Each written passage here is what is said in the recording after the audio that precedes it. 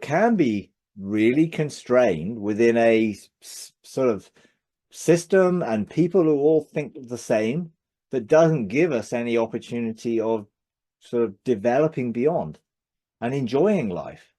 Because actually Christians tend to do the same sort of stuff, you know, and they're sort of, oh well, you know, we're gonna have a potluck meal and we're gonna eat quiche and, you know, all that sort of stuff. Yeah, it sort of tends to be a bit staid and a little bit sort of boring.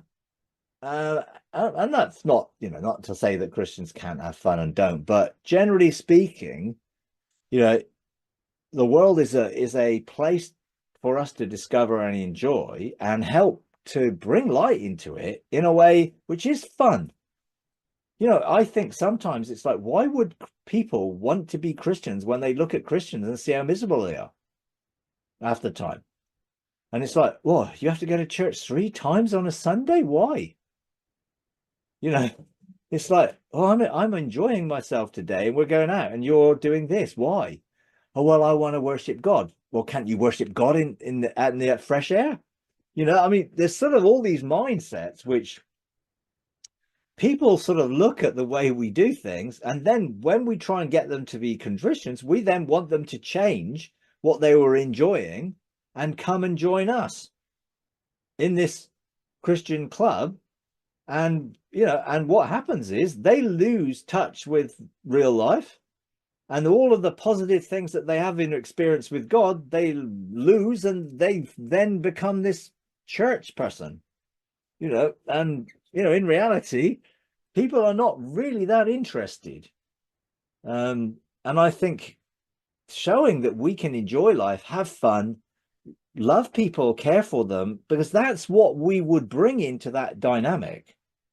So we would be representatives of God's love, showing that God is caring and compassionate by our love and compassion, and helping them, you know. And then when people have got an issue in their life, that all of a sudden they've hit a wall or something happens, where will they go?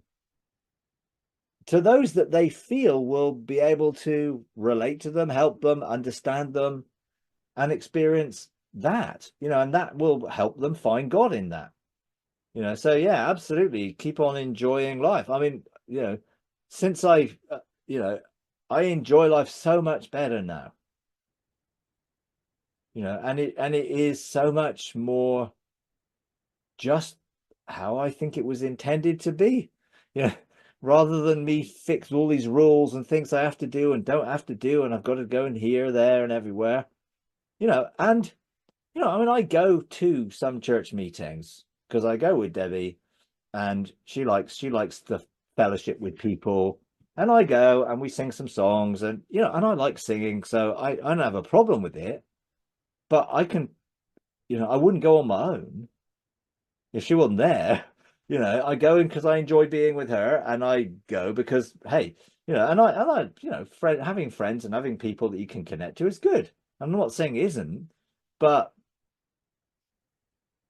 it's a struggle, you know. And sometimes I go, you know, to home group and things like that, and I have to bite my tongue, you know, like, because I just don't want to. I don't want to be offensive and offend them. And then sometimes I'll say some things which are sort of quite provocative, you know, because I think, because God gives me permission to help, maybe just to open up this discussion in a certain way. But again, you know, if Debbie didn't go, I wouldn't go. It's like this week there's football on, so I'm going to watch the football, you know. And it's like, because to me, I'm going to find that probably more enjoyable than actually sort of struggling with people's sort of theology and stuff, which is, I find it difficult to relate to, you know. And I don't want to be there to, you know, cause trouble. You know, I'm not, that's not the reason for being there. So in a sense, you know, I feel free to go, not go whenever, you know, rather than, oh, I have to go. You know, it's like, you know, when I was, you know, leading in church, it's like, well, there was no option. You had to go. You know, you could not go. I mean, it would be like, unless you're on holiday or something, because that was expected.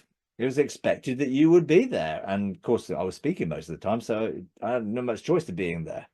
You know, so I look back and I realized how much of that was because I was conditioned and would have felt guilty if I didn't, and also because I was one of the leaders and was being remunerated, I would have thought, well, I'm being paid to be here.